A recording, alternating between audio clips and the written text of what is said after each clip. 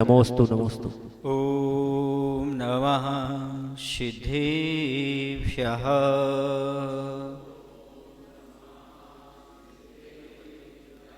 ॐ नमः सिद्धेभ्यः।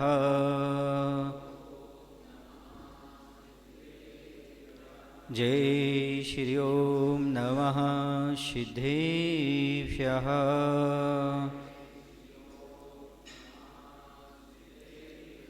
विश्वविज्ञं विद्यवेदं वीरं वैराग्यवैभवं संगमुक्तं यतिं बुद्धं केशवं संभवं शिवं केशवं संभवं शिवं। बोले हिंसा परमो धर्म की, उत्तम मार्दव धर्म की, महावीर भगवान की, गुरु नाम गुरु आचार्य श्री ज्ञान सागर जी महामुनि राज की, आचार्य गुरुदेव भगवान श्री विद्यासागर जी महाराज की।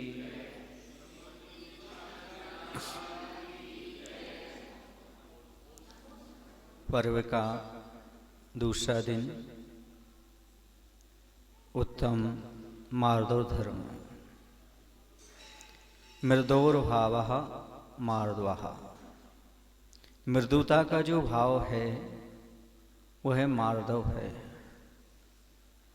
मार्दव धर्म का अर्थ होता है मृदुता, नम्रता, कोमलता और गुण ग्रहण की दृष्टि।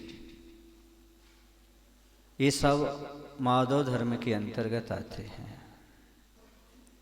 जिसके अंदर मृदुता होती है, जिसके अंदर कोमलता होती है, अहंकार का अभाव होता है, विनयवान होता है, गुण ग्रहण की दृष्टि जिसके पास होती है, वह मार्दव धर्म को प्राप्त कर लेता है।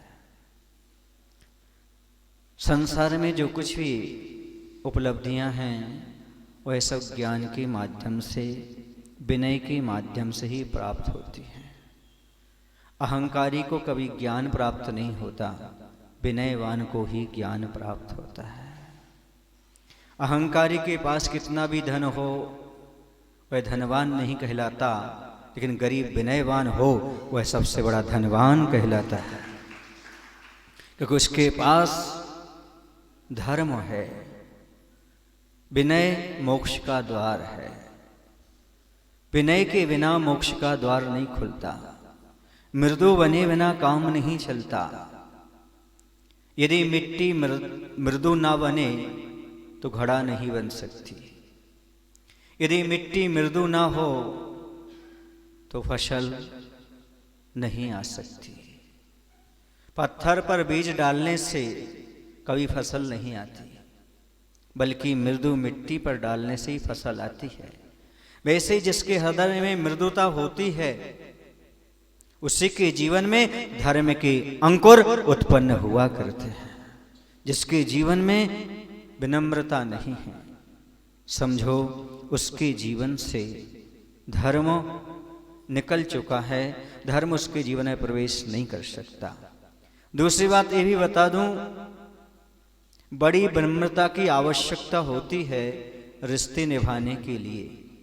अहंकार और छल कपट से तो मात्र महाभारत ही रचा करते हैं। मैंने एक बार आपसे पूछा था, युद्ध कौन लड़ता है, युद्ध में कौन मरता है?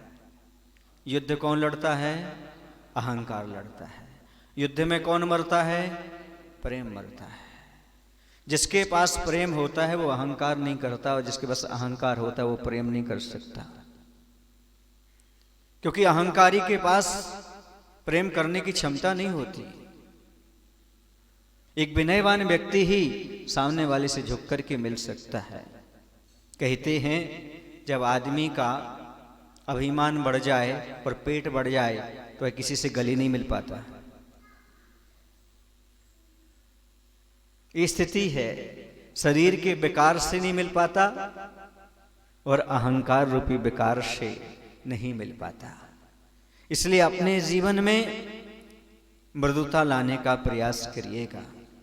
ज्ञान होना अच्छी चीज है, लेकिन ज्ञान के साथ साथ विनय होना महत्वपूर्ण है।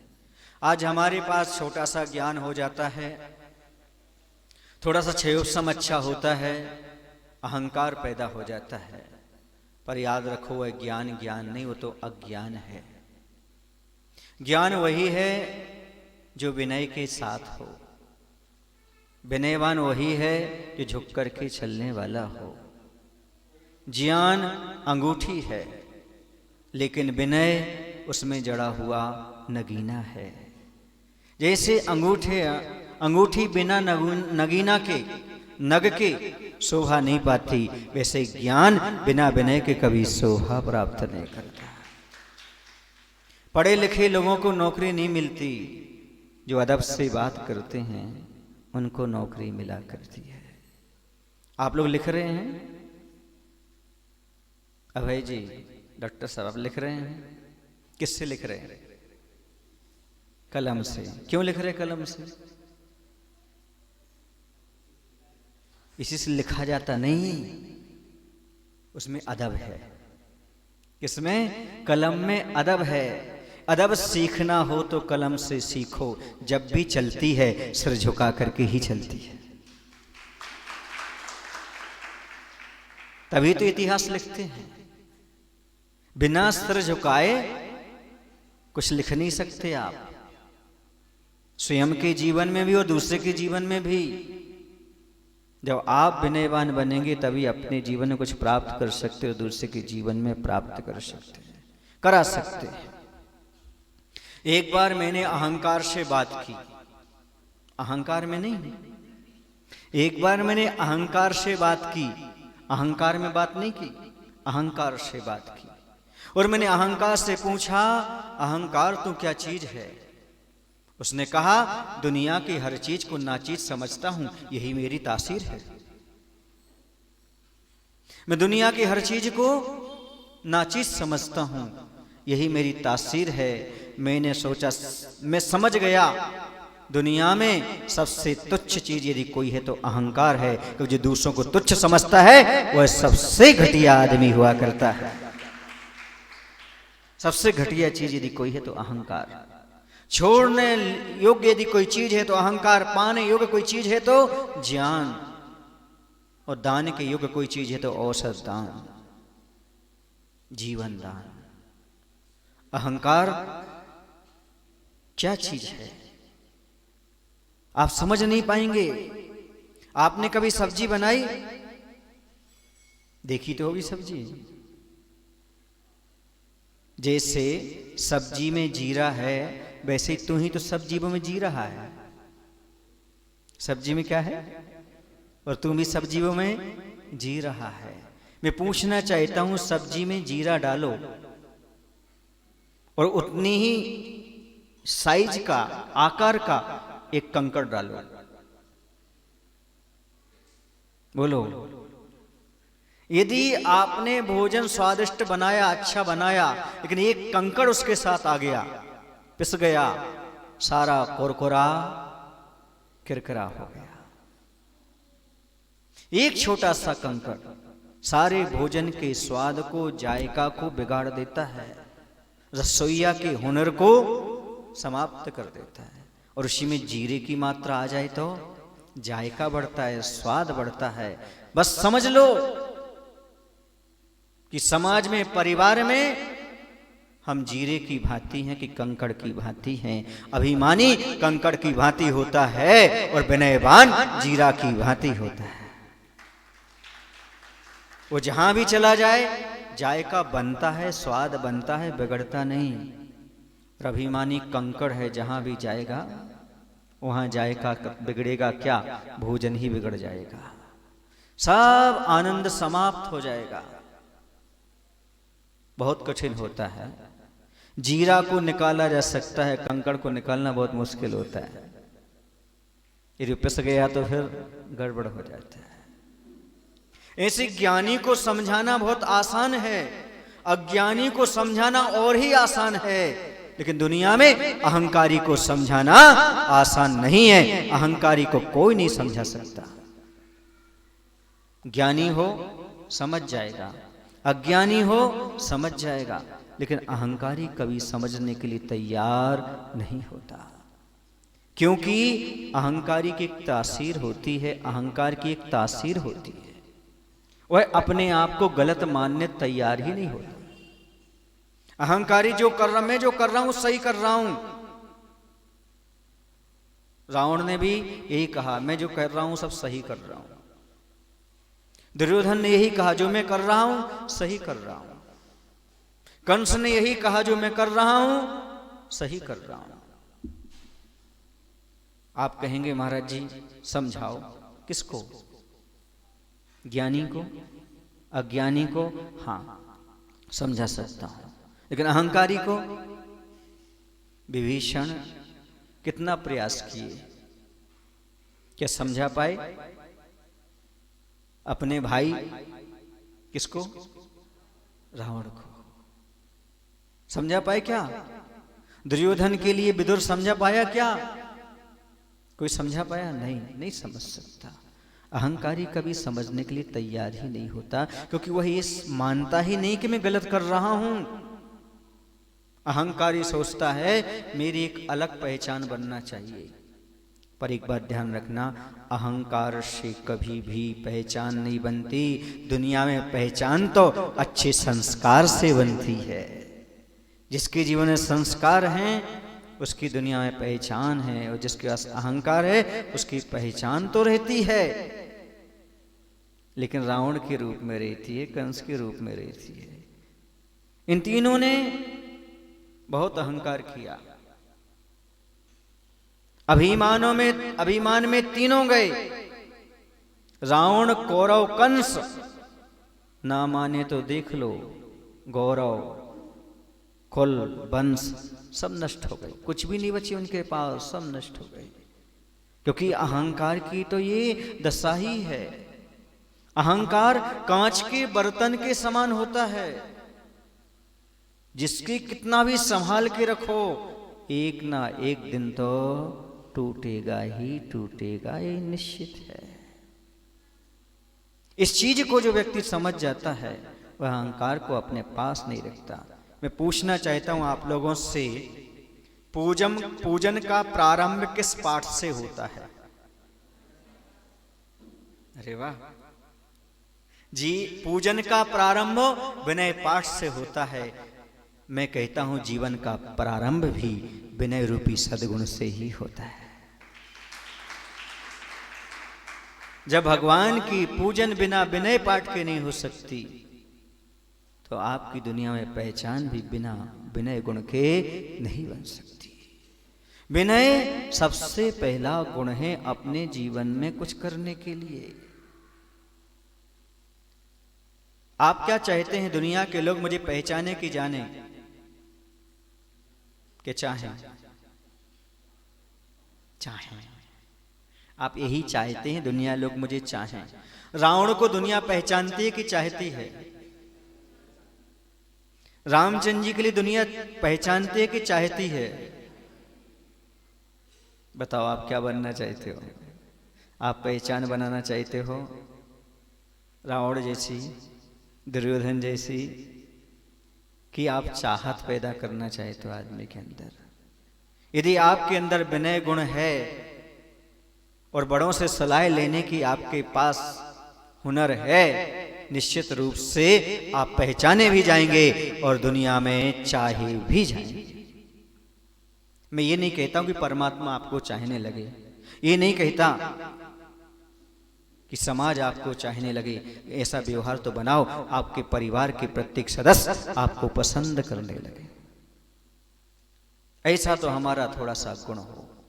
हम हर एक चीज में तुनकबाजी दिखाएंगे तो धर्म कैसे निभेगा? हर एक चीज में हम अपना अहंकार सामने लाएंगे तो कैसे काम चलेगा? अहंकार से कभी जिंदगी नहीं बनती बंधु।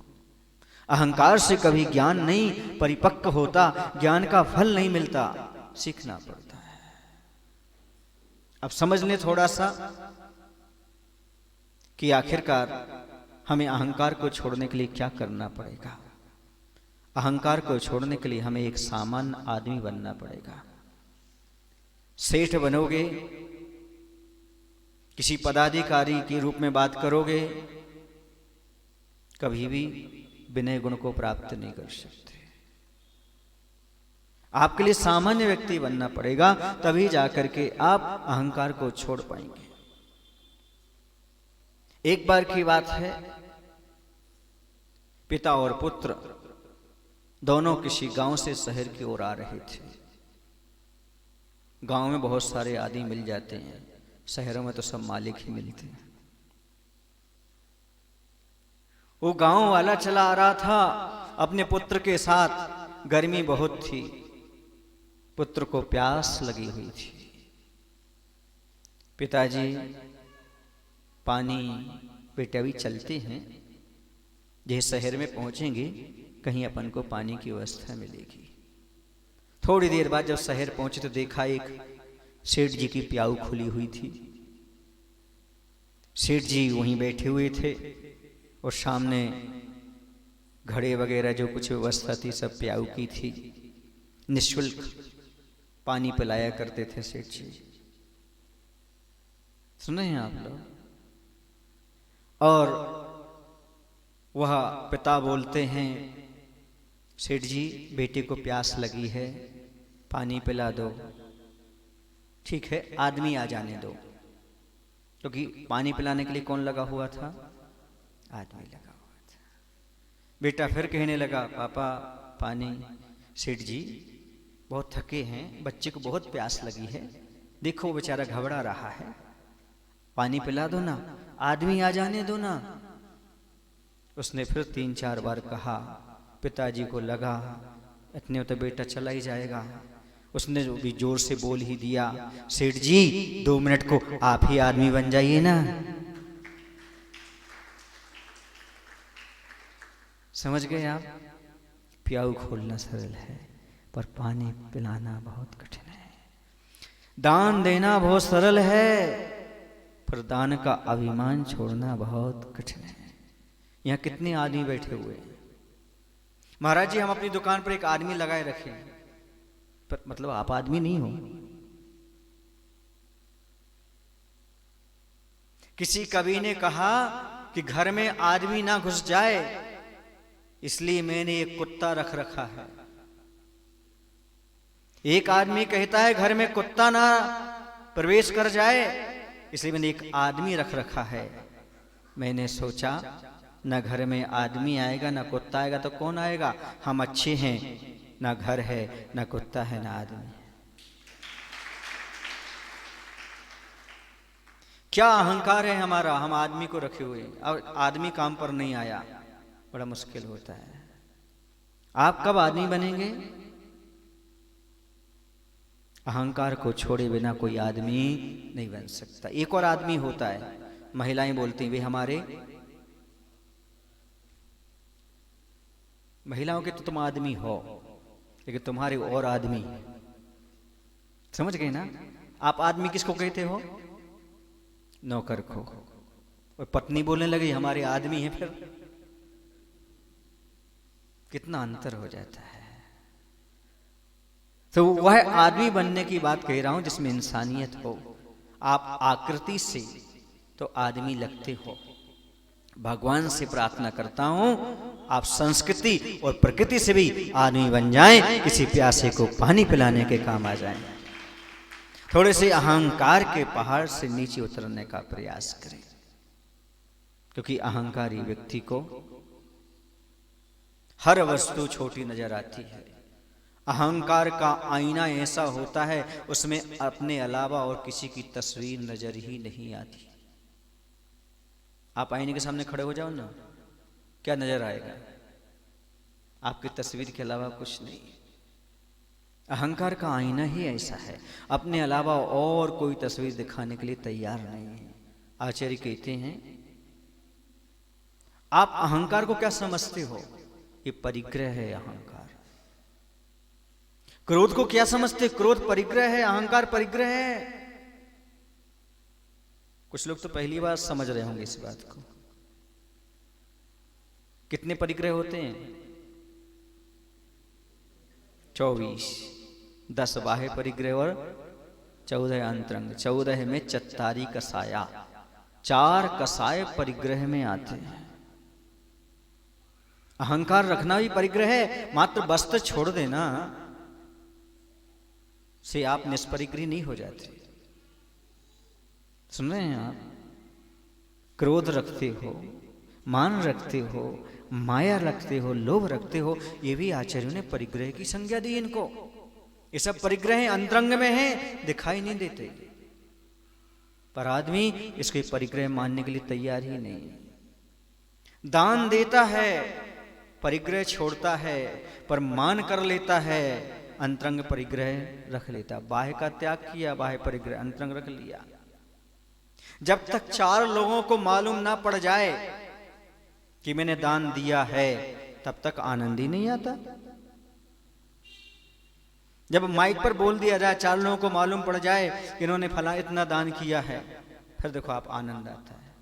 आपके जीवन में इतने कितने प्रसंग हैं कि आपने लाखों का दान दिया हो और किसी को पता ना पड़ा हो, फिर भी आपको आनंद आया हो।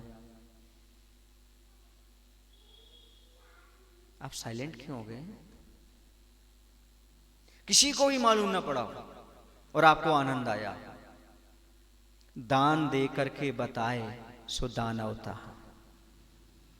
दूसरे को मान दे करके बताए तो मानवता। दान देकर बताने से क्या फायदा है?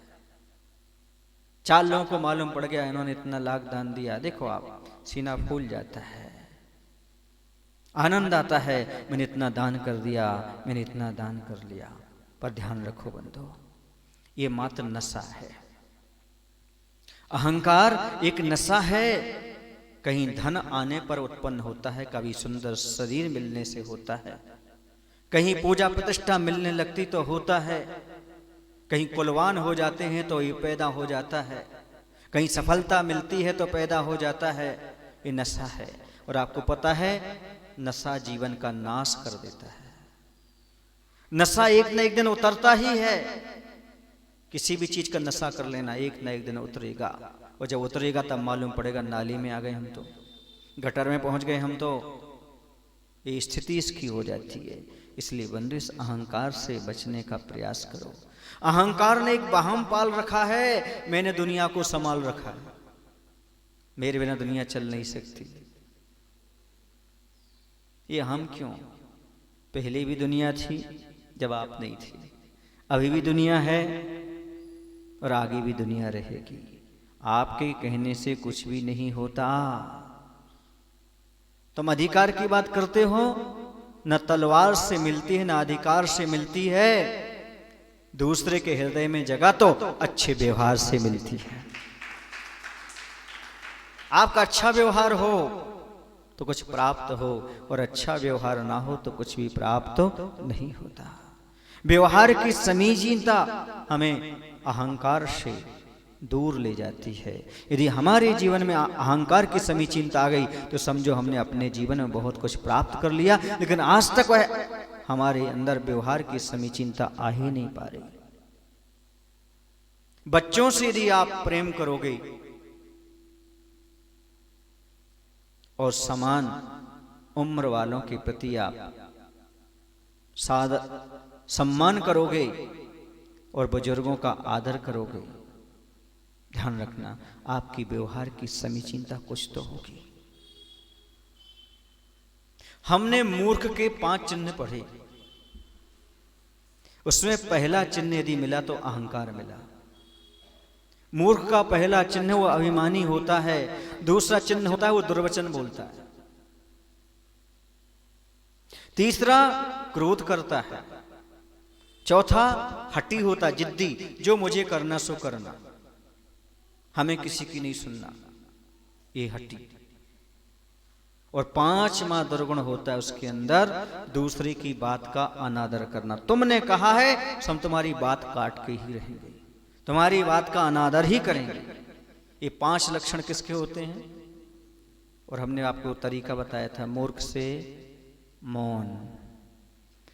आप मौन रहिएगा, मूर्ख को जो करना है करने दीजिएगा, तभी आप अपने आप को सुरक्षित रख सकते हो, अन्यथा नहीं। तो मूर्ख का पहला चिन्ह यही है, वह अभिमान करता है। किस चीज पर अभिमान करते हो? पद पर, धन पर।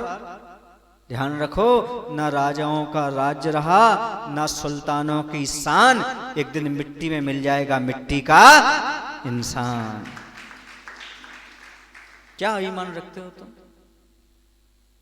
सब मिट्टी में मिल जाएगा। लग रहा है कि हमारा ऐसा, हमारा हमारा हमारा हमारा हमारा हमारा, कुछ भी नहीं। हर पैसा है, पैसे से कुत्ता खरीद सकते हो, पर प्रेम नहीं होगा तो वो भी पूंछ नहीं हिलाएगा। पैसे से कुत्ता पूंछ हिलाता है क्या? विकास, हंस क्यों रहे हो? कुत्ता खरीद सकते हैं आप पैसे से, लेकिन पूंछ कैसे हिलाएगा वो बोलो ना? प्रेम से ही हिलाएगा। प्रेम दोगे तो ही। रुपया सामने रखोगे भौंकेगा। क्या समझते हैं आप कि हमारे पास पैसा है तो हम सब कुछ कर लेंगे? कुत्ते की पूंछ हिला के दिखाओ, गाय को पैसे दिखा के बुला के दिखाओ, नींद ला के दिखाओ, अच्छे विचार ला के दिखाओ। पैसे से क्या खरीद सकते हो आप? एक आदमी खरीद सकते हो, जीवन साथी नहीं। पैसे से बिस्तर खरीद सकते हो, नींद नहीं। पैसे से कलम खरीद सकते हो, विचार नहीं। पैसे से मूर्ति खरीद सकते हो, परमात्मा नहीं। पैसे से क्या उपलब्ध होगा? अरे क्या उस पैसे पर अभिमान करते हो? अंत समय एक सांस भी नहीं खरीद सकते। जीवन की पूरी सांसें जिसे कमाने में लगा दी, उस धन से तुम एक सांस भी नहीं खरीद सकते हो। फिर पैसा, उस पैसे पर अभिमान।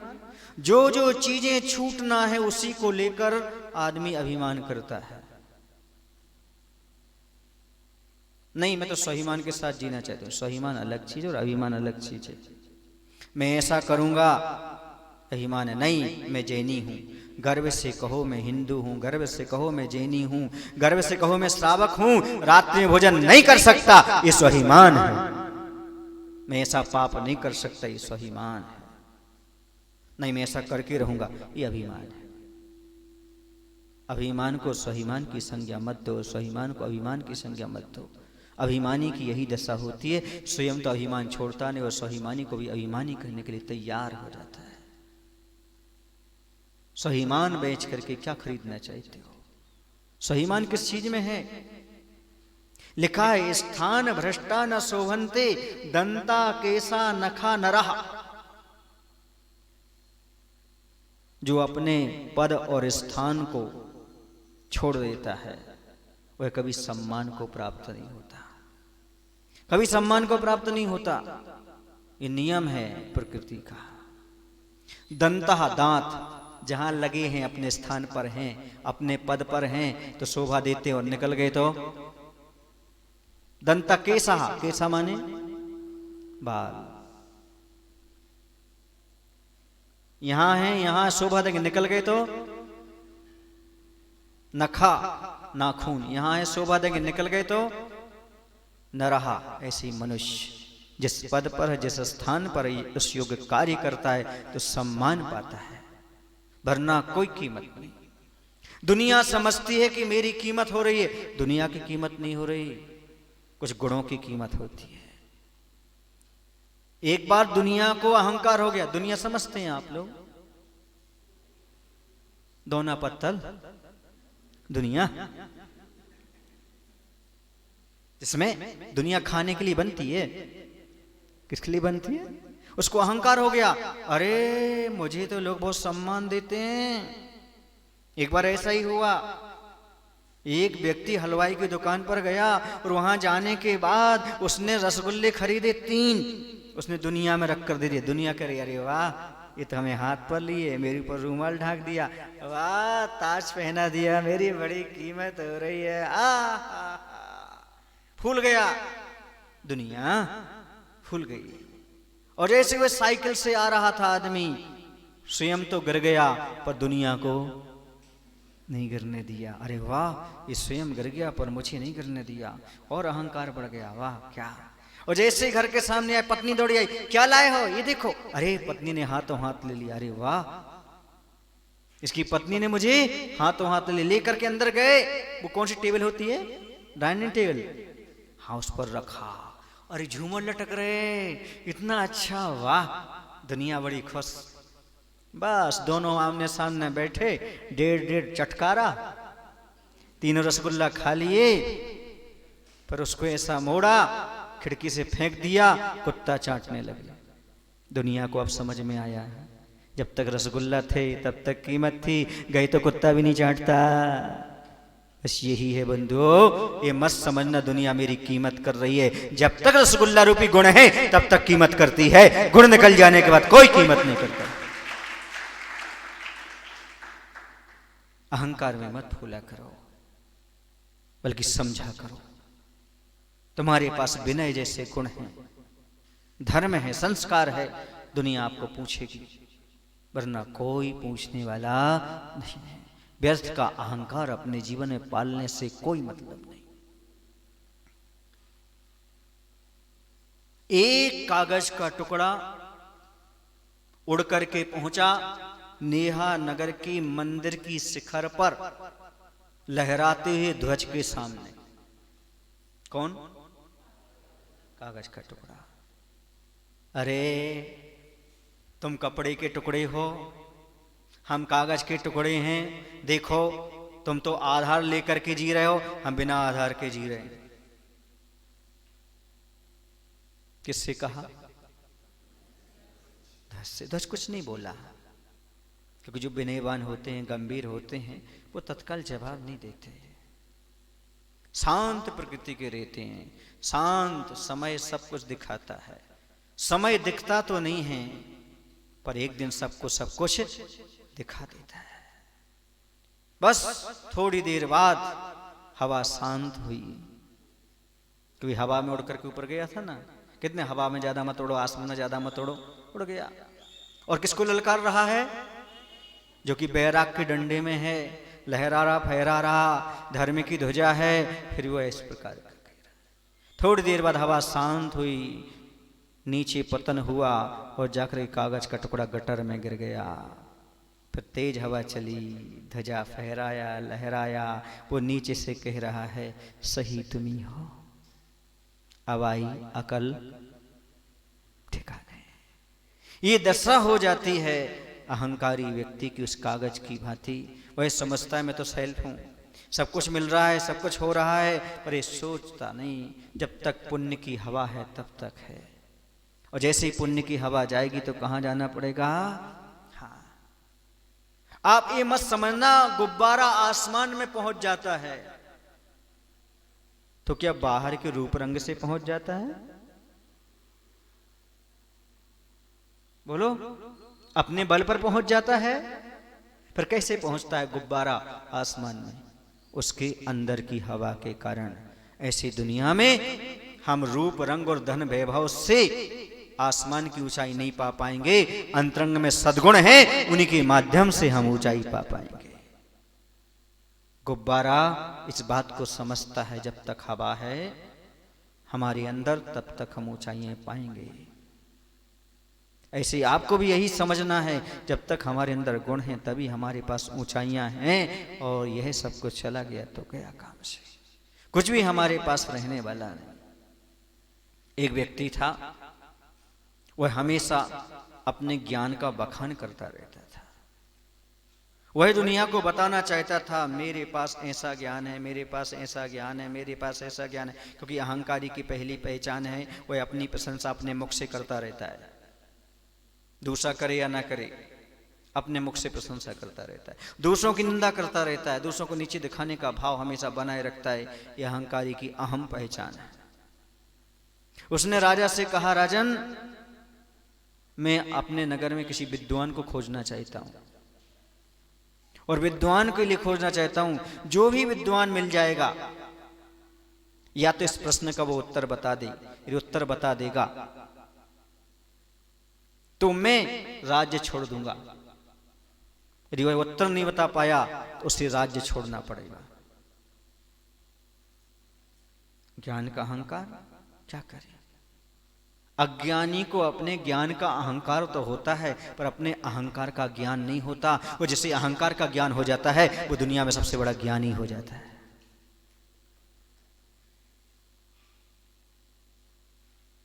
कहिए आपका प्रश्न क्या है? सभा लगी हुई थी, प्रश्न रख दिया। बताओ संसार में ऐसी 5 चीजें बताओ जो मी हैं, और 5 चीजें बताओ जो सी हैं, सी। और 5 चीजें बताओ जो ना मी है ना सी हैं, और दुनिया उनको जानती है। सब शांत। 5 मी, 5 सी, 5 ना मी ना सी। सब सभासद अवाक रह गए, कोई उत्तर नहीं दे पा रहा था। चलो 3 दिन का समय दिया। सभा विसर्जित हुई। वह अपने घर चला गया जहां वह रहता था। अब बात विद्वान के पास थी। वह विद्वान भटक रहा था, इसका प्रश्न खोज रहा था। खोजता खोजता खोजता खोजता उसी मकान के पास पहुंच गया जहां पर वह व्यक्ति रहता था, और बस अपनी प्रशंसा करने लग गया। अपनी पत्नी से बोला, आज मैं ऐसे प्रश्न रख करके आ गया, कोई नहीं बता पाएगा। पत्नी बोलती, कौन से प्रश्न रखे? वह सुन रहा था। मकान के बाजू में वृक्ष लगा तो वहीं बैठा हुआ था। आपको समझ में आ रही? 5 मी, 5 सी, 5 ना मी ना सी। किसी को आ रही? नहीं आ रही। उसे भी नहीं आ रही थी। आखिरकार वह बैठ गया। वह अपनी पत्नी को बता रहा था, कैलेंडर में 5 मी होती हैं, 5 सी होती हैं, और 5 ना मी होती हैं और ना सी होती हैं। इतना उसने सुन लिया। किसने सुन लिया? हैं? उस विद्वान ने। सभा में आया, सभा में सब बैठे हुए थे। उसने कह दिया, 5 मी, पंचमी, सप्तमी, अष्टमी, नवमी, दसवीं, ये 5 मी तिथियां। कितनी तिथियां होती हैं? 15 होती हैं। 5 कितनी हो गई? मी। 5 सी, एकादशी, द्वादशी, त्रयोदशी, चतुर्दशी, पूर्णमासी। 5 मी हो गई और 5 सी। अब ना 5 मी हो और ना 5 सी हो। एकम, दूज, तीज, चौथ और छठ। आपको समझ में आई? हमें नहीं लगता तुम्हें समझ में आई है।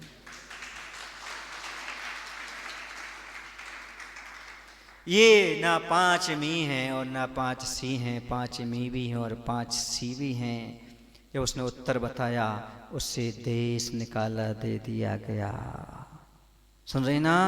अभिमानी अपने अभिमान से ही अपमानित होता है। दुनिया में कोई उसे अपमानित नहीं करता। दुनिया में जो टाइटल मिलते हैं वो अपनी क्रियाओं से मिलते हैं। कोई आपको टाइटल देने वाला नहीं है। जैसा आप करोगे वैसा दुनिया में भरोगे, ये प्रकृति का नियम है। अच्छा करोगे तो अच्छा, और बुरा करोगे तो बुरा आपको मिलेगा। मैं आपसे पूछना चाहता हूं, दुनिया में आपको इज्जत कौन दे सकता है? हर किसी से इज्जत मत मांगा करो, हर कोई तुम्हें इज्जत नहीं कर सकता। बता, दुनिया में तुम्हें कोई नहीं इज्जत दे सकता है? चलो इसका उत्तर बाद में बताना। आपको दुनिया में धन कौन दे सकता है? सीधा सा लॉजिक है, धनवान। आपको धन कौन दे सकता है? जो स्वयं धनवान हो। आपको इज्जत कौन दे सकता है? जो स्वयं इज्जतदार हो। इज्जतदार ही आपकी इज्जत कर सकता है। जिसकी स्वयं इज्जत ना हो, किसी को इज्जत दे ही नहीं सकता। आचार्य भगवंत कहते हैं, दुनिया तुम्हें क्या सम्मान देगी? उसके पास स्वयं सम्मान नहीं है। उससे क्या सम्मान चाहते हो तुम?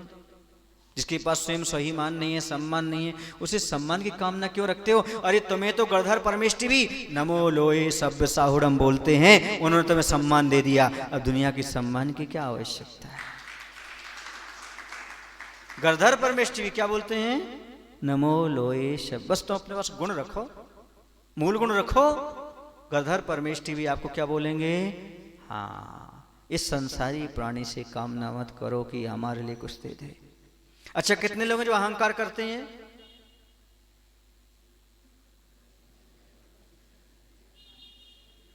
सभी करते, मनोज कह रहे सभी करते हैं। मैं पूछना चाहता हूं, आप कपड़े पहनते हैं? पहनते हैं। कैसे? घर में अलग प्रकार के, और मतलब इसका मतलब क्या हुआ? दिखावा, प्रदर्शन। यही तो अहंकार है। जहां दिखावे की बात आ जाए, प्रदर्शन की बात आ जाए, मैं ऐसा करूं, मैं, यही तो है अहंकार। कहीं ढूंढने जा रहे क्या? मान ना चाहूं पर अपमान सहर ना हो, यही तो अभिमान है। मानना चाहूं पर अपमान भी तो सहन नहीं होता, इसी का नाम तो अहंकार है। आचार्य कहते हैं जो प्रशंसा निंदा में, मान सम्मान में एक से परिणाम बनाए, वही विनयवान माधव धर्म को प्राप्त करते। आचार्य जी ने कहा था एक बार बुंदेलखंडी में, जिसने मान को मार दो उसके जीवन में माधव धर्म आ गया। जो मान को नहीं मार सकता वह कभी माधव धर्म को प्राप्त तो नहीं कर सकता। ये बहुत बड़ी शिक्षा अपने जीवन में ले लेना चाहिए। अब थोड़ी सी बात ये कर लें, सहज प्रकृति की बात कर लें। एक बार ऐसा हुआ कि जो छोटा होता है वो बड़ा हो जाता है, और कहीं बड़ा होता है वो छोटा हो जाता है। आपकी सर्विस लाइन में भी ऐसा होता होगा, समाज में भी ऐसा होता होगा, हमारे जीवन में भी ऐसा होता है। कोई ब्रह्मचारी थे, महाराज बन जाते हैं। वो बड़े ब्रह्मचारी बड़े ही बने रहते हैं, ये महाराज बन जाते हैं। होता कि नहीं होता? ये सब ह्रास और उन्नति चलती रहती है, प्रकृति में बदलाव आता रहता है। तो एक बार ऐसा हुआ कि नारियल का पेड़ लगा हुआ था, अच्छे बड़े बड़े नारियल थे, हरे हरे नारियल थे। नीचे वहीं नाला था, उसमें एक बड़ा सा पत्थर पड़ा हुआ था, उस पर लोग पैर रख करके पार करते थे। नारियल ने अकड़ के कहा, देखो मैं कितनी ऊंचाई पर लटका हुआ हूं, मैं नारियल हूं, लोग मुझे श्री फल बोलते हैं। मेरे आगे क्या लगाते हैं? मैं बहुत बड़ा हूं, इसलिए मेरे आगे क्या लगाते हैं लोग? श्री लगाते हैं। पत्थर कुछ नहीं बोला, नाली में पड़ा पत्थर क्या बोलेगा बेचारा। लोग पैर रख करके नदी पार करते जा रहे हैं, वह कुछ बोल नहीं पाया। हुआ ऐसा कि एक मूर्तिकार आया, उस पत्थर पर उसकी निगाह पड़ गई। उसने उस पत्थर को निकाला और घर ले जा करके उस पर छेनी हथौड़े चला करके मूर्ति का निर्माण कर दिया और जाकर एक मंदिर में स्थापित कर दी। अभी नारियल भी जब तक पक गया, पकने के बाद बाजार में बिक गया, बिकने के बाद एक भक्त के पास पहुंच गया, भक्त ने उसको लिया और उस जो प्रतिमा बनी थी ना उस पत्थर की, उसके सामने पहुंचा।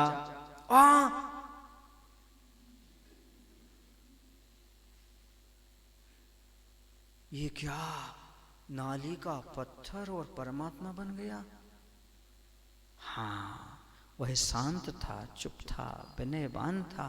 किसी शिल्पी के हाथ लगा तो भगवान बन गया। तुम अहंकार में अकड़े रहे तो तुम 12 रुपया में, 10 रुपया में बाजार में बिक गए, अब बिक करके आ रहे हो। कहाँ चढ़ाया गया? बोलो ना, किसके चरणों में? उसी पत्थर के मूर्ति बन गया, उसके चरणों में चढ़ाया गया। अहंकार से नहीं बनी मूर्ति, संस्कार से बनी है, और गुरु के संस्कार देने से वह मूर्ति बनी है, अहंकार से नहीं। सुन रहे ना? आप लोग कहते भी हो ऐसे ही बाल सफेद नहीं हो गए, सही बात है भैया। काले करने के लिए तो खिजाब चाहिए, लेकिन सफेद करने के लिए तो बहुत बड़े अनुभव चाहिए, तभी जाकर के बाल सफेद होते हैं, बाल पकते हैं। और जब वह चढ़ रहा था, चढ़ते चढ़ते कह रहा था, कौन? नारियल कह रहा था, रियल तो तुमने पाया है, हम तो नो रियल रहे।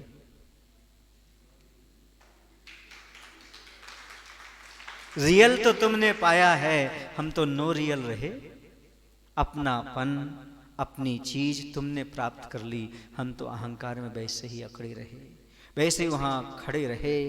तब उसे समझ में आया, जब ये सब उनकी चर्चा चल रही थी तो मैं भी वहां इस चर्चा को सुन रहा था, तो मेरे मन में भी एक बात आ गई।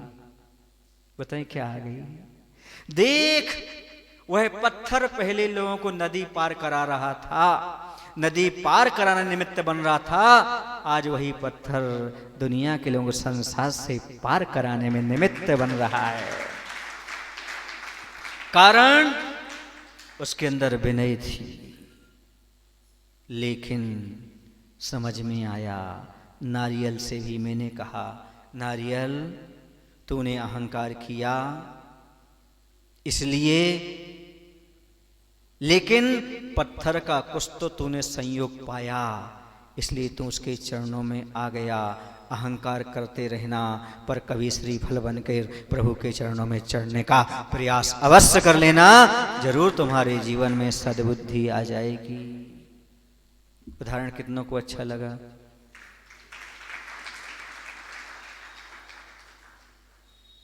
नारियल कहे उठा, अब मुझे समझ में आया, वैभव पाकर अहंकार नहीं करना चाहिए, क्योंकि जीवन में उत्थान भी होता है तो पतन भी होता है, पतन होता है तो उत्थान भी होता है। ये नारियल कह रहा है, आप सभी लोगों से आप समझने का प्रयास करिएगा और सोचिएगा कि हमारे जीवन में क्या करना और क्या नहीं करना। अब आपको लग रहा होगा हमारे जीवन से अहंकार जल्दी समाप्त हो जाए, ये अंधकार जल्दी समाप्त हो जाए। आपके पैर में कांटा लग जाता है, निकालते समय तकलीफ होती है, पर नहीं निकालो तो और तकलीफ होती है। वैसे अहंकार को छोड़ते समय तकलीफ तो होती है, पर नहीं निकालोगे तो नासुर हो जाएगा, आगे आपके लिए बहुत दुख होगा। अहंकार तो बंधु एक झूठा भ्रम है। अहंकार तो एक झूठ, जब सृष्टि की सारे पदार्थ ही भ्रम हैं, तो उनको पाकर के तुमने ये मेरे हैं उस पर अहंकार कर लिया, इससे बड़ा भ्रम और कर होता है। जो भ्रम पाल लेता है वह संसार में भ्रमण करता रहता है, और जो भ्रम छोड़ देता है वो संसार से पार हो जाता है। ये भ्रम कभी मत पालो कि ये सब मैं कर सकता हूँ, मेरे से ऐसा होता है, ये होता है। ये कभी मत सोचो, दुनिया में बहुत सारी चीजें होती हैं। इसे तो अभी तक भगवान से और परमात्मा से तुम्हारा मिलन नहीं हो पा रहा है, और ना हो पाएगा जब तक ये अहंकार रहेगा।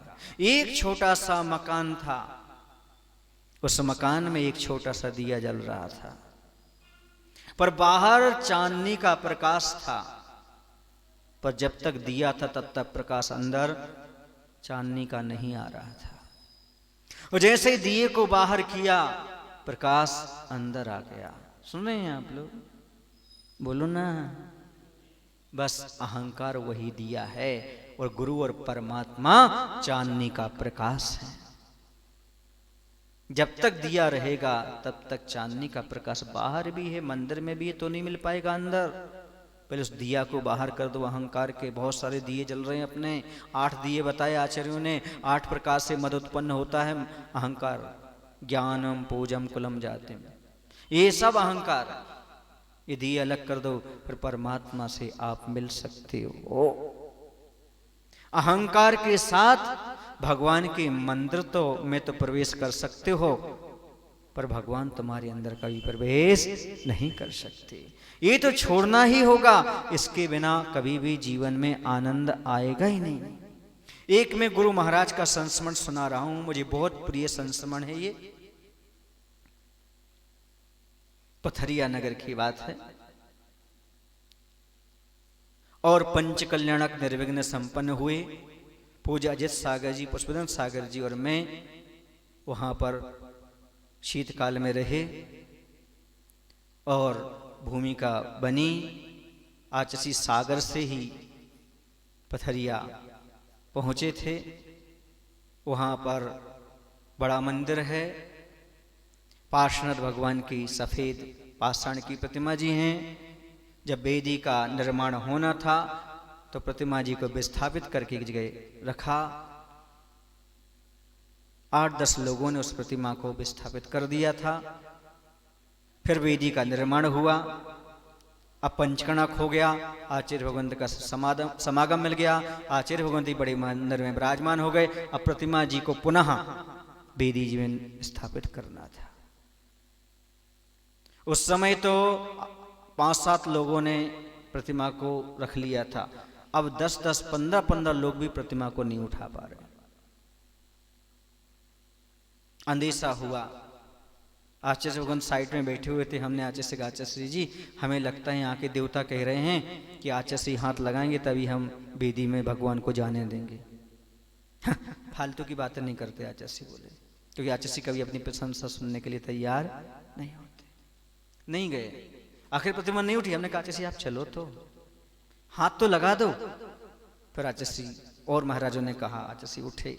उठने के बाद गए और प्रतिमा को नमस्तु किया। ऐसा सबने उठाया, वही 8 लोगों से प्रतिमा उठ गई।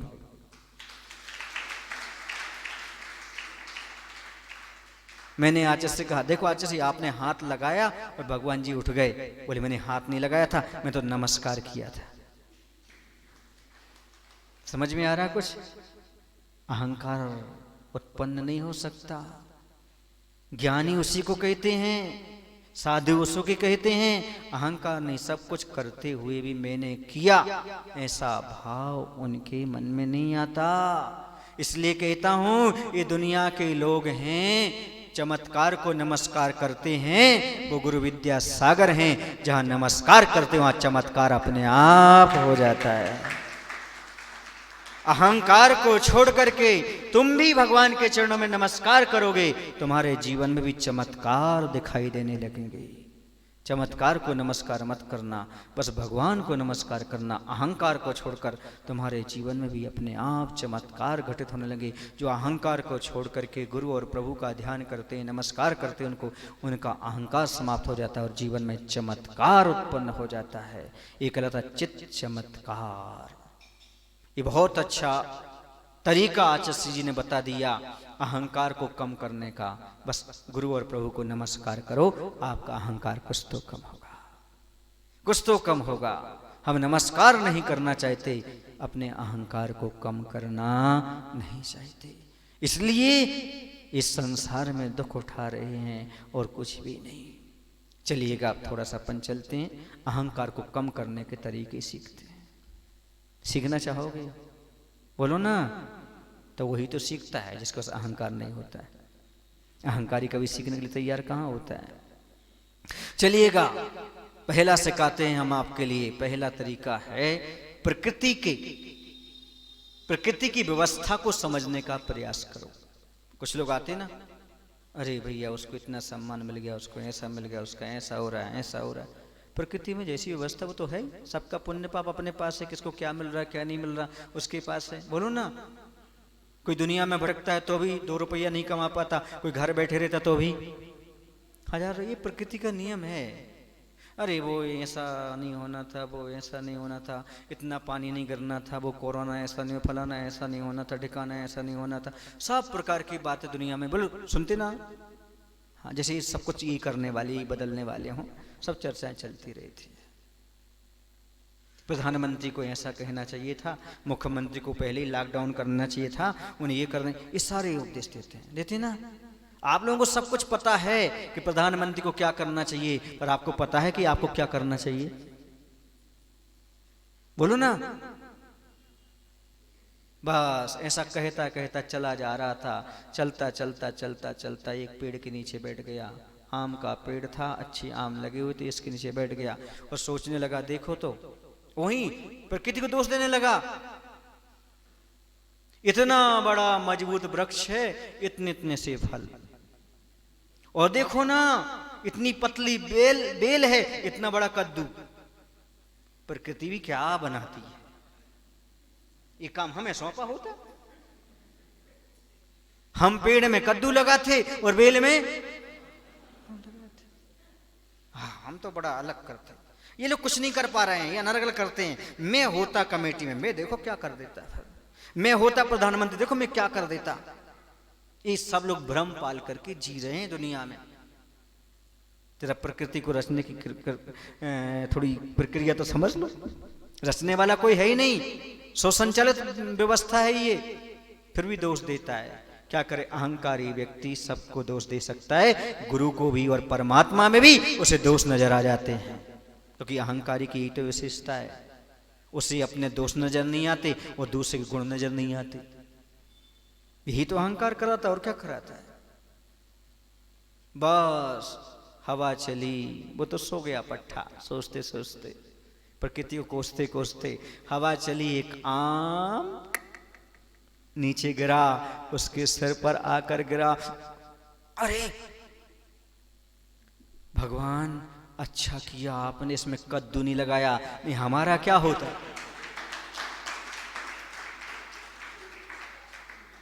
अब समझ में आई इसके साइड इफेक्ट कैसे थे। सलाह देना बहुत आसान है, दुनिया ऐसे कर रही, हम ऐसा करेंगे, करना आसान है। जरा देख तो लो कैसे प्रकृति को व्यवस्थित किया जाता है, ये सहज नहीं है। अहंकारी व्यक्ति इतना ही समझ ले तो बहुत बड़ी बात है, पर वह दुनिया को अपने अनुसार चलाना चाहता है, किसी के अनुसार चलने की भावना उसके अंदर होती नहीं, और जो किसी के अनुसार नहीं चल सकता वो अपने जीवन का कभी निर्माण नहीं कर सकता। हमें कहीं ना कहीं तो अपने आप को समझना होगा। दूसरी प्रकृति की व्यवस्था आपको बता देता हूं। आप दांत और जीभ आपने सुना होगा, एक कॉमन है, लेकिन हम थोड़ा सा और आगे बढ़ते हैं, क्योंकि थोड़ी हम अलग किस्म का सोचते हैं। पूछो क्यों, पूछो ना क्यों। हम हर चीज से पूछ लेते हैं, हम बड़े नहीं है ना, हम हर चीज से पूछ लेते हैं, ऐसा होना चाहिए, ऐसा होना चाहिए, नहीं होना चाहिए। तो दांत और जीभों की बात चल रही थी। आपको ये तो पता है दांत कठोर होते हैं और जीभ मुलायम होती है। ये भी आपको पता है कि जीभ जन्म से आती है और मरने तक रहती है, दांत बीच में आते और, अर्थात कठोर व्यक्ति की ज्यादा आयु, मृदु व्यक्ति की आयु अच्छी होती है, अच्छा चलता है, ये आपको पता है। नई बात बता दूं, भोजन को चबाते कौन है, वो स्वाद कौन लेता है। आ गई ना बात समझ में। सारा काम अहंकारी कर दे, इसका उस श्रेय विनयवान के पल्ले ही जाता है, उसी को सब कुछ प्राप्त हो जाता है। दांत चबाने का काम करते हैं, स्वाद तो कौन लेता है। हाँ, मृदुवान, जो मृदु हो, विनयवान हो, उसके लिए सब कुछ प्राप्त होता चला जाता है। और इतनी मृदु होने के बाद भी इतने कठोर के बीच में कैसे जी रही है, इसका बहुत बड़ी ताकत है। वो कहती है, तुम 32 में अकेली, तुम में आती जाती, और एक ही बात कह दूं 32 ही तोड़वाती। इतनी ताकत मेरे पास है, 32 से नीचे आ जाएंगे बोलने की तो बस जरूरत, बस इसलिए दांत साइलेंट बने रहते हैं। इतने कठोर होने के बाद भी जिब्बा से क्या नहीं लेते, पंगा नहीं लेते, क्योंकि विनयवान तो विनयवान होता है। परछाई को कौन काट सकता है, पानी को कौन काट सकता है, और विनयवान को कौन अपमानित कर सकता है, कोई दुनिया में नहीं कर सकता, क्योंकि उनके पास ममता होती है। आपका परिवार पानी की तरह है, आपके समाज पानी की तरह है, अभी आप पर आधारित है। आप दूध बन करके मिलना चाहते हो कि घी बन करके मिलना चाहते हो। परिवार और समाज के पानी में दूध मिल करके रहोगे तो रह पाओगे, और घी बनकर रहोगे तो ऊपर ही तैरते रह जाओगे। मिलनसार जीवन तुम्हारा नहीं बनेगा। अहंकारी का जीवन मिलनसार नहीं होता। मिलनसार वो होता है जो विनयवान होता है।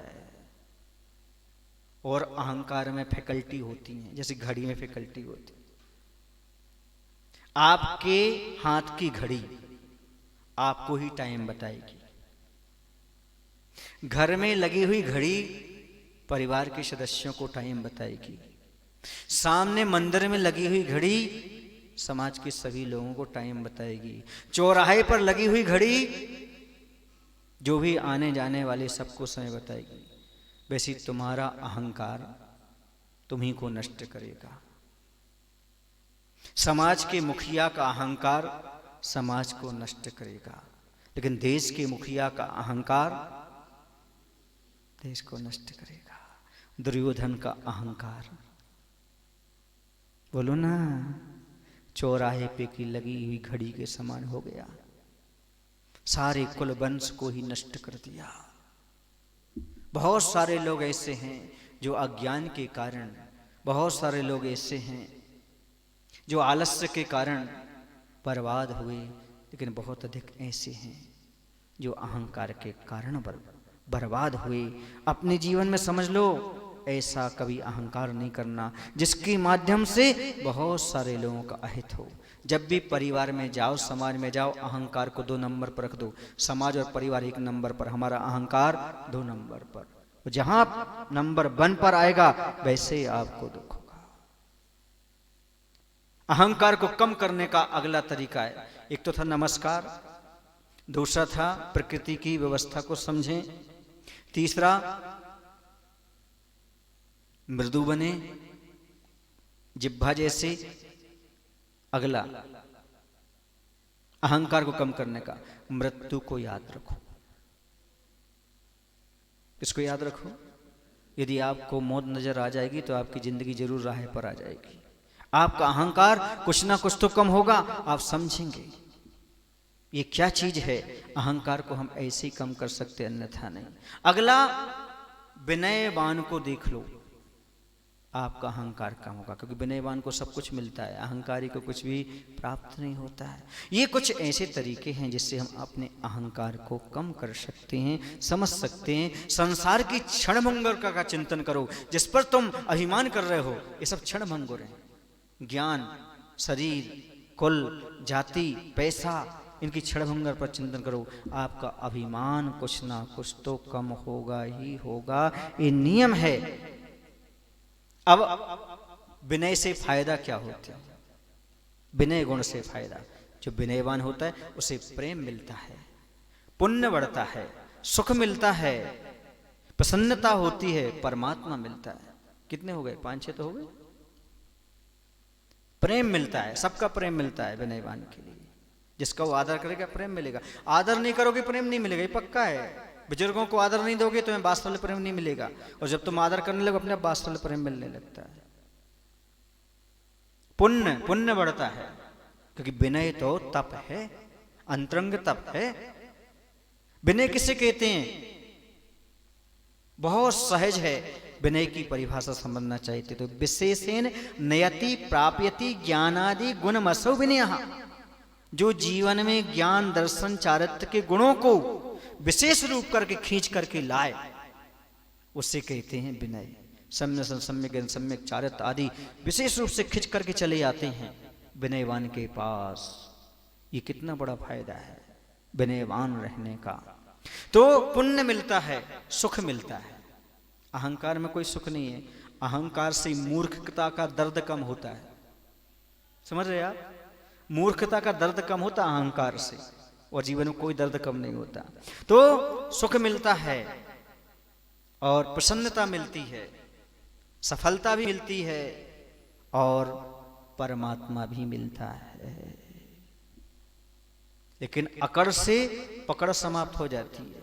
न रिश्तेदारों में पकड़ रही थी, न ग्राहकों में पकड़ रही थी।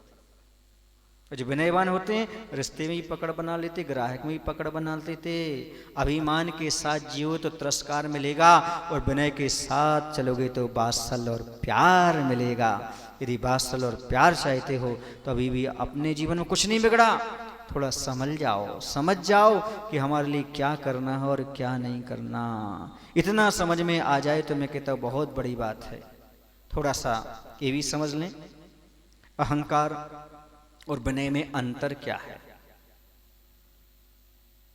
अहंकार एक दुर्गुण है, विनय सद्गुण है। विनय मोक्ष का द्वार है, अहंकार मोक्ष के दरवाजे पर पड़ा हुआ ताला है। विनय से लोगों के हृदय में प्रवेश कर सकते हो, और अहंकार से उसके हृदय से बाहर निकल सकते हो। कुछ लोग दिल में उतर जाते हैं, कुछ लोग दिल से उतर जाते हैं। अहंकारी दिल से उतर जाता है, विनयवान दिल में उतर जाता है।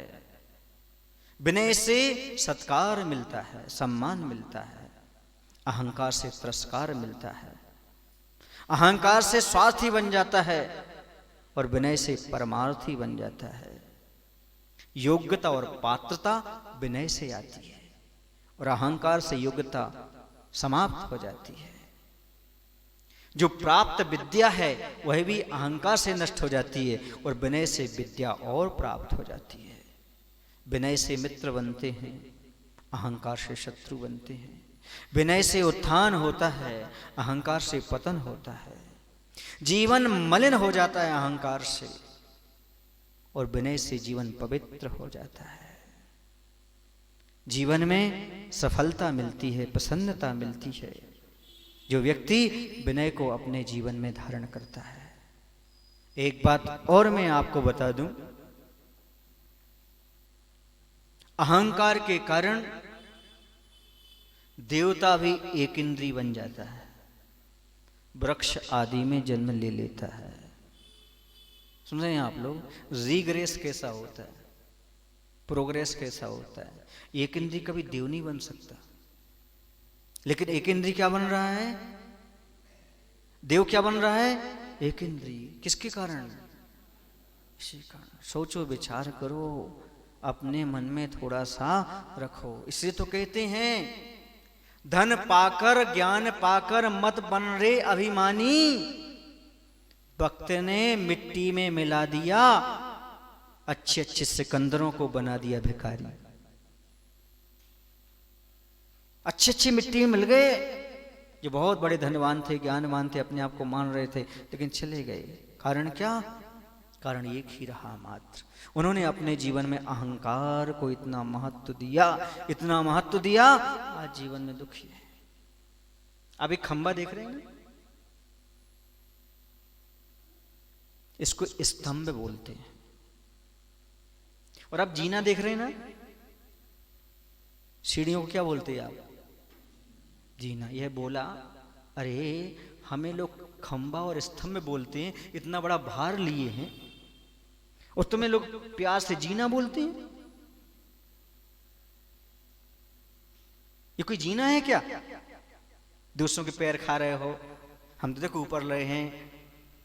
ठीक है भाई, जीना बोलता है जो भार लाद कर चलता है, वह बड़ा नहीं होता। जो लोगों को पदघात खाकर भी ऊपर भेजता है, वही जीना होता है, उसी का जीना सार्थक होता है। क्या समझे आप? उपकार करके बताना अहंकार है, उपकार करके बताना अहंकार है, और उपकार को जो याद रखे वह विनयवान है। उपकार को याद रखना अलग चीज है और उपकार को दिखाना अलग चीज है। आज परिवार टूट रहे हैं, किस कारण टूट रहे हैं? अहंकार के कारण। आज साधु साधु से दूर हो रहे हैं, किसके कारण? अहंकार के कारण। समाज के सदस्य दूर हट रहे हैं, अहंकार के कारण। ये चल रहा है। क्यों? अहंकार की आरी और कपट की कुल्हाड़ी, ये हर रिश्ते को तोड़ देती है। जहां मायाचारी करोगे वहां गड़बड़ होगा, जहां अहंकार की आरी लेकर चलोगे संबंध कटेंगे, टूटेंगे। और ये मायाचारी की कुल्हाड़ी ये संबंधों को काटने का काम करती है। समझ रहे आप लोग कि नहीं? समझो बंधु। क्योंकि व्यक्ति अहंकार में बहरा हो जाता, किसी की नहीं सुनता। बहरा जानते हैं आप लोग? बुंदेलखंड में और एक और होता बहरा, झाड़ू। सुन रहे हैं आप लोग? वो सोने को भी मिट्टी समझ करके झाड़ देता है, कीमत नहीं करता। वो झाड़ू है, बहरा है। बहरा सुनता नहीं। मैं रास्ते में चला जा रहा था तो पानी बह रहा था, वो सुन ही नहीं रहा था। जो अपनी धुन में चला जाए वो बहरा। पानी बह रहा था ना, कि बहरा था। और जो दुनिया में बह जाए वो भी बहरा ही है। गुरु की ना सुने, प्रभु की ना सुने, वही तो है। क्रोध को अंधकार की उपमा दी और क्रोधी को अंधे की उपमा दी है। क्रोध में आदमी अंधा हो जाता है और अहंकार में व्यक्ति बहरा हो जाता है, किसी की नहीं सुनता। रावण ने किसी की नहीं सुनी, दुर्योधन ने किसी की नहीं सुनी। मैं तो हो गया हूं अभिमानी, इसलिए मैंने नहीं मानी जिनवाणी, नहीं मानी गुरु की वाणी, क्योंकि मैं हो गया अभिमानी। अहंकारी बहरा होता है, मायावी गूंगा होता है। माया कैसी होती? गूंगा होती है। और लोभ कैसा होता है? नकटा। उससे कोई लाज नहीं। लोभ के कारण आदमी कौन सी काम कर जाए कोई भरोसा नहीं। आगम कहता है कि आप समझो। और मनुष्य पर्याय में मान की बहुलता रहती। चारों कसाय चारों गति में है, लेकिन सबसे ज्यादा मान कहाँ होता है? मनुष्य के अंदर होता है। बता दो कैसे होता है। एक छोटा सा गोद का बच्चा होता है ना? अब माँ काम में लग जाती है तो मचल जाता है। मचलना क्या है? ये तो अहंकार है। हमारी को सुन ही नहीं रहा है, सब काम में लगे, मचल जाता है। माँ उसको उठाती है ना? अपने आंचल से लगाती है। दूध नहीं पीता, उसे लोंचता है, पैर फड़फड़ाता है। राजा बेटा, राजा बेटा। जब उसको राजा बोलो तब ऐसे करते करते पट्ठा दूध पीता है। अच्छा नहीं लगा उदाहरण? यह है मनुष्य की दशा। जन्म से ही ये दशा हो जाती है मनुष्य की। बिना पुचकारे राजा बेटा के बिना तो राजा दूध ही नहीं पीता। बड़ा मुश्किल हो जाता है। ये जब बचपन से अभी जान नहीं रहा कुछ, पट्ठा ना कमा रहा है, ना ज्ञान है, ना बुद्धि है, फिर भी पल्ले में पड़ा है पट्ठा, फिर भी अहंकार तो उसका बाप से नहीं दद्दा से भी ज्यादा है। ये स्थिति मनुष्य पर्याय में मान की बहुलता रहती है। नरक गति में क्रोध की बहुलता रहती है। क्रोध 24 घंटे। और त्रिंच गति में मायाचारी की बहुलता रहती है। और देव पर्याय में लोभ की बहुलता रहती है। वहां लोभ बना रहता है। देखो इतने रिद्धिधारी देवता हैं, इतने गुण हैं, मेरे पास भी आ जाएं, मेरे पास भी आ जाएं। ये कसाएं कहीं नहीं छोड़ती, ये चलता रहता है। इसलिए बंधुओं, थोड़ा सा ये नशा, ये कसाय छोड़ने का प्रयास करिएगा। अपने जीवन को निर्मल और पवित्र बनाना है तो यही करिएगा। व्यवहार को ही पवित्र बनाना है। जैसे कोई गाड़ी होती ना, आपने देखो जब गाड़ी चलती है ना, बैलगाड़ी देखी किसी ने चलते हुए? तो कभी कभी ऐसी आवाज करने लगती है। बोलो ना। फिर उसमें क्या करते थे गांव के लोग? ओंगन डालते थे, ग्रीस, क्या बोलते आप लोग? ग्रीस डाल देते थे। और ग्रीस डलता तो गाड़ी अपने आप चलने लगती थी। वैसे ही जब आपकी व्यवहार की गाड़ी करने लगे तब विनम्रता का ग्रीस डालिएगा, आपकी गाड़ी को आगे बढ़ाइएगा। बोलिए महावीर भगवान की। आचार्य गुरुदेव भगवान श्री विद्यासागर जी महाराज जी की। हे प्रभु, हम सभी को इतनी शक्ति, इतनी बुद्धि देने की कृपा करो ताकि हमारे जीवन में बड़ों के प्रति सम्मान की भावना जाग जाए। हमारा जीवन अहंकार से शून्य हो जाए। नमो श्री भगवान। भावों की निर्मल सरिता में अब गाहन करने आया हूँ। मेरा सारा दुख दर्द हरो, यह अर्घ भेंटने आया हूँ। हे तपो मूर्ति, हे आराधक, हे योगीश्वर, हे महाशंत, है अरुण कामना देख सके, युग युग तक आगामी वसंत। ओम रोमाचार्य विद्यासागर मुनिंद्राय नमः। अर्घ्यं निर्वपामिति। श्रीफलादिशोभितं दीपधूपमोहितं पुष्पजल चंदनं सुमोक्षमंगलीकरण। अहो कुंथु सागरं भव दुःखतारिणम्, आपके चरण नमो भव सुख कारणम। ओम राम 108 श्री कुंथु सागर जी मुनिंद्राय अर्घ्यम नृपामति स्वाहा। जावाणी के जानते सुझे लोकालो।